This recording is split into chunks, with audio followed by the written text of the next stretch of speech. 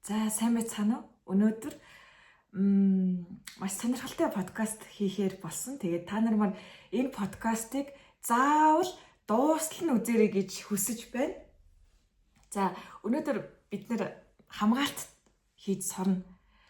За бид нар ер нь хамгаалтгүйгээсээ болоод маш их гадны дайрлагч байна уу? Одоо юу гэмээрээ сөрөг эрчимтэй газараар яваад сөрөг эрчимд автагдах ч юм уу одоо гинтийн байж байгаад ямар нэг юмд өртөх аюул байж идэг тий гинт байж байгаа л нэг сонин ингээл энерги уналтанд ороод яатсан юм юу болсон гэдгийг мэдэгдэхгүй сонин зүйлүүд болчихсон байдаг.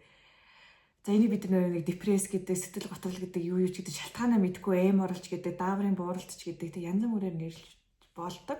Тэгвэл энийг хэдүүлээ өнөөдөр арилгах гэж үзнэ.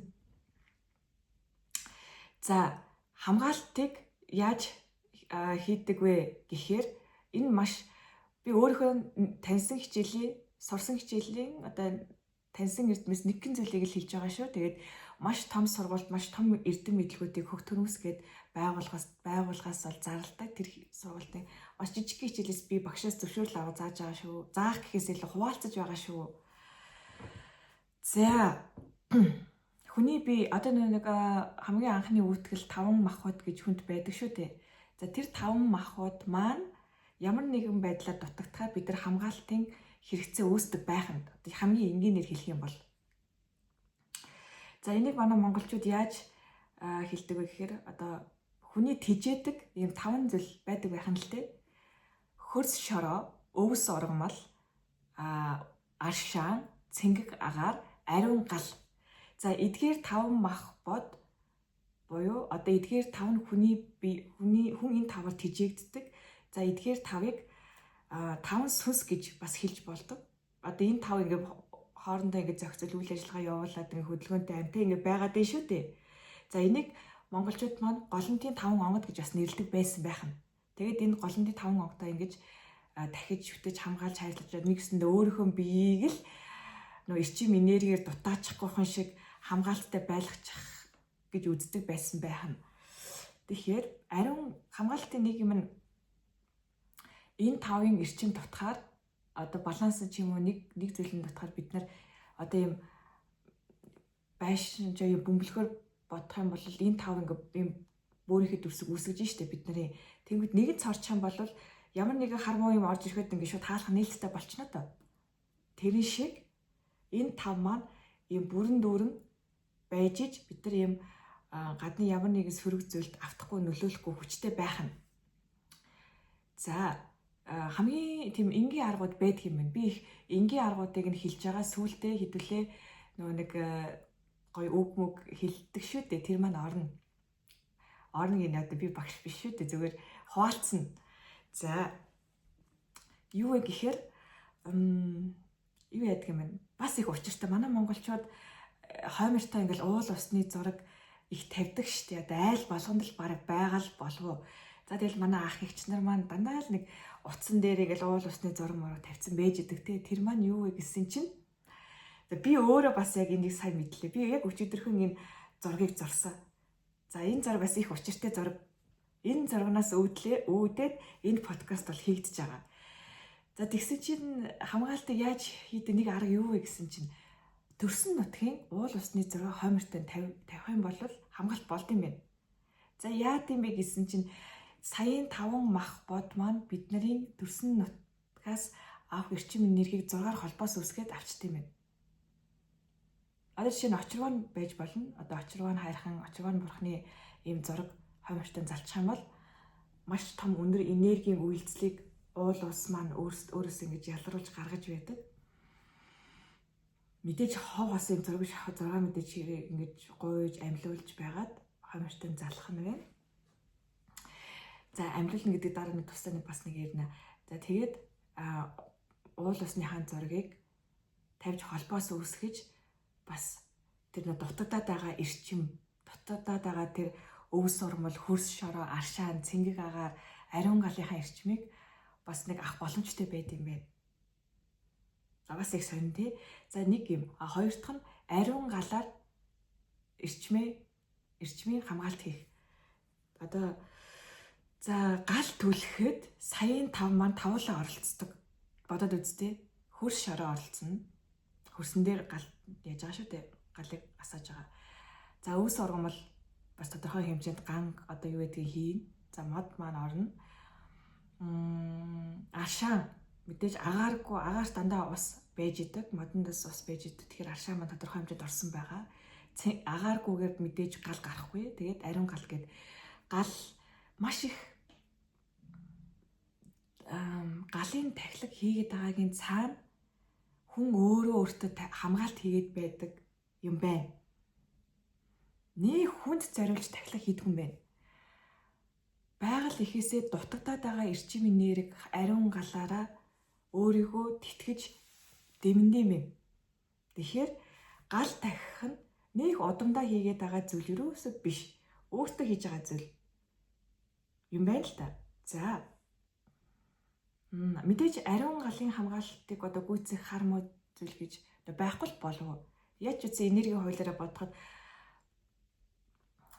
нэг логикоор бодоход ч тэр галыг сөрөх хүч юу нь бол байхгүй штэ. Хар муу бүхэн шатдаг. Ариун галд шатдаг. Тэгэд гал бол маш ариун байх хэвээр. Ариун байх хэвээр. Галын хажууд муу үг хэлдэггүй, ингээ муухай бодол болдоггүй. Ягаад гэвэл ариун гал тэр ингээд хар мууг ингэж устгадаг юм тэгжиж илүү хүчрхэг байдаг. За тэгсэн чинь хамгаалах. За очиргоо нь хайрхны одоо энэ дээр бас нэг ярил л та.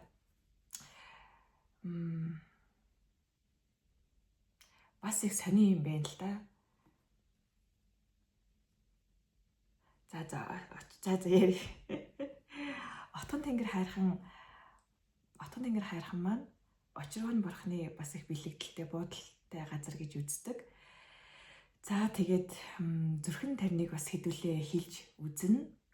Тэгээд өөрсдөө бас их хамгаалт татъя. За тэгээд